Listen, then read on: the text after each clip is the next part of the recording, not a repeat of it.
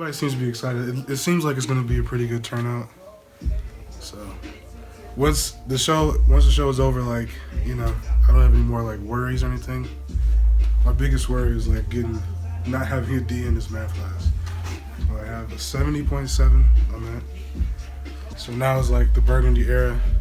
I'm trying to make this the era where we end up producing and writing and working with like crazy big artists. So hopefully this show does well. I feel good about it. Even if it doesn't have like 1 million people there, I still feel good about it. I'm proud of it. And I think, you know, it's worth being proud of. My name is Will Cherry, and ever since I was 7 years old, I wanted to be a filmmaker and a musician. Growing up, I was always super inspired by people like Will Smith, Ice Cube, Jamie Foxx. Anybody that had the ability to be creative in music while also being creative in film was somebody that I always looked up to. When I was 11 years old, before I ever wrote my first song, I actually wrote screenplays and different ideas for TV shows and stuff like that. And eventually I started getting into writing different types of songs, coming up with albums. Sometimes I would write whole track lists for albums that didn't even exist, with features that I had no way of getting when I was 11 or 12 years old. Even with the track length and stuff like that, I just always had a vision for what I wanted to do and who I wanted to be, even when I was super young. It wasn't until I would get to high school that I started recording music and putting together little mixtapes that I would be known around the school for, performing at talent shows and just building my skill and be continuing to love hip-hop even more. Once I got out of high school, in 2017, I put out my first EP of any kind called Outlier, and it had features from people like Dreamer Isioma, Mishi Gray.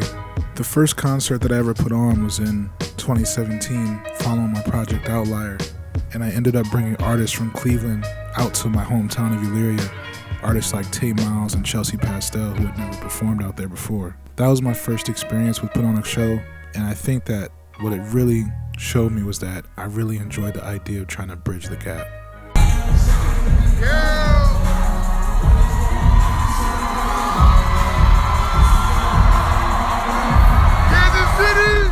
And of course Death Proof was really fun. And that song, the video, it's very catchy. Drumming in my city like I'm death proof. Yeah, that's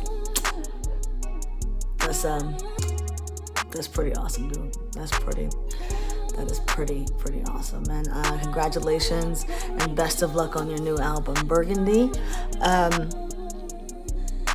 You're doing big things, so just keep it up. Keep going. I think you're really, really talented. So thank you so much for reaching out, and I wish you the best of luck. Mwah. Burgundy, which I worked on for about 4 years, leading up to its release in 2020, which is like my first official album of any sort. It was a project that I had a bunch of friends from the area, in Cleveland area, and the part of Cleveland I'm from. It was a project that was really personal for me. It talked about my father's passing when I was young. It talked about relationship stuff I went through. And basically, while I was in the process of making an album, I learned how to play piano. I was in and out of a long-term relationship. I lost family members and close friends. And I went through such a transformation that the project was essentially where I truly feel like I learned how to make music and beginning to communicate how I truly felt in the most genuine way possible through art. With that project in 2020, I came back with an EP in 2021 called Memory. 2022, I came back with my album Ultraviolet. 2023 came with my EP called Anywhere. So yeah, while I was really happy with, the people that did love that album and the reception I was able to give with that album, I knew I wanted more, and I started thinking about what more can I do.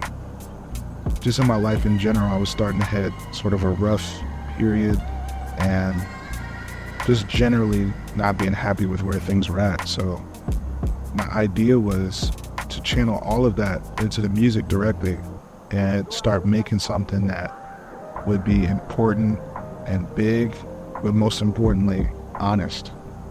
So I had the idea for Somewhere in Ohio.